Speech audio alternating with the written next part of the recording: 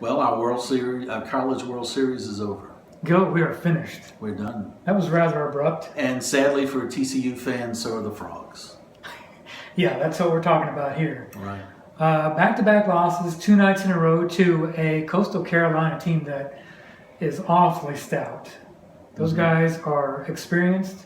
They hit the ball hard. They pitch very well. And unlike Tuesday night, the first time the Frogs saw them, they didn't make mistakes. In fact, they were the guys applying the pressure. I think the thing to remember is that just like Jim Schlossnagle said over and over, the team with the most major league draft picks isn't necessarily the best team. It's the team that's playing the best. And, it's hard to say after playing Coastal Carolina 3 times and losing to them twice that they weren't playing the best. They were making the plays. They're a senior ball club. Yeah. They kept their cool. They jumped ahead in these 2 games, and one team showed its senior leadership, its poise. The other team made mistakes, didn't pitch as well, didn't get timely hits, and made a couple of plays in the field that really cost them. Yeah, and you have to remember that Coastal Carolina has a real resume. I mean, they tore through the SEC. That's a good point, because TCU fans don't disparage Coastal Carolina because it comes from the Big South Conference. Remember when TCU football was crying for recognition from the Mountain West or even wherever they were once they left the Southwest Conference. And when they started winning, they were saying, just look at us, look at our team. Don't look at the guys we're stuck in a league with. Judge our team. It was good enough to get to the Rose Bowl and win. Who's to say that Coastal Carolina from the Big South Conference that plays teams called Longwood and Liberty and Gardner-Webb and all that, who's to say that they won't be hoisting the NCAA championship trophy on Tuesday or Wednesday night? It won't be me, because I was awfully impressed by them. Yeah. They beat a pretty good TCU team that Jim Schlossnagle legitimately thought could win this thing.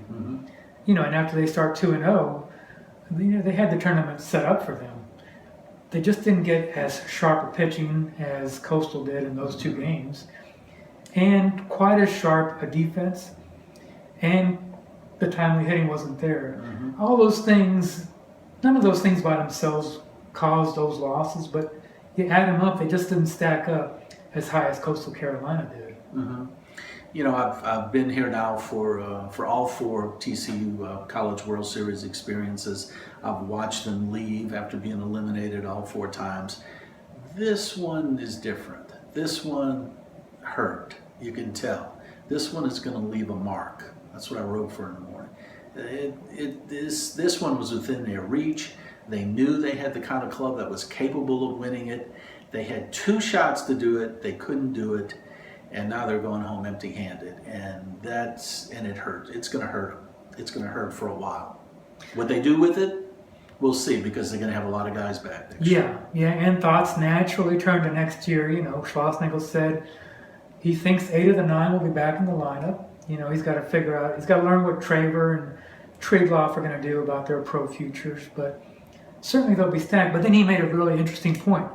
He said, "Hey, none of the national seeds are playing right now." Right. And if his team does what it's going to be expected to do next year, he will have a national seed. Right. But the road here didn't get any shorter. No. It's still as long to get here and as difficult to get here as it was this year. Yeah, unfortunately for them, they're going to start the season saddled with those expectations. Yeah. Nothing is going to be good enough. I mean, if they start 20-2, why aren't you 21-1 or 22-0? Well, I think he's got a plan for everything. Yeah. And I think this will be the first time he'll have a loaded ball club plan to have to plan for, and he'll come up with something. It'll be interesting to watch. Glad we were here to watch it.